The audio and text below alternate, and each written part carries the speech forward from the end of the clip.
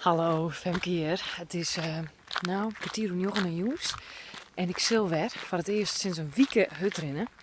Dat gaat best wel lang door. Ik ga ziek geweest, drokte, geen oppas. Dus vandaar dat het een week worden had. Ik zit er best wel zin op, want het wordt een pittige training. Maar ik hou hem op hechten. Nou, de eerste 13 minuten zit erop. Pittig. Ik had iets les van oprispingen, boeren.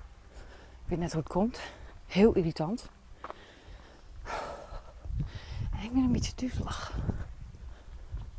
Het draait een beetje, dat is wel moffelijk. Lekker cool. Dus als het naar boeten zus, dan denk ik van, nou, ik ga geen zin, want het draait. Dwan. Nou snap ik wel waarom als het minimaal 2 keer in de week trainen was. Zie dit zwier. Tip dus, train minimaal 2 keer in de week.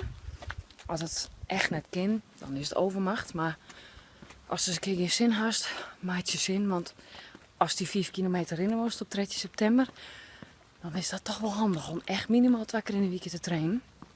Het liefst trainen. En als het even kan, dan pak ik deze week trainen. My god.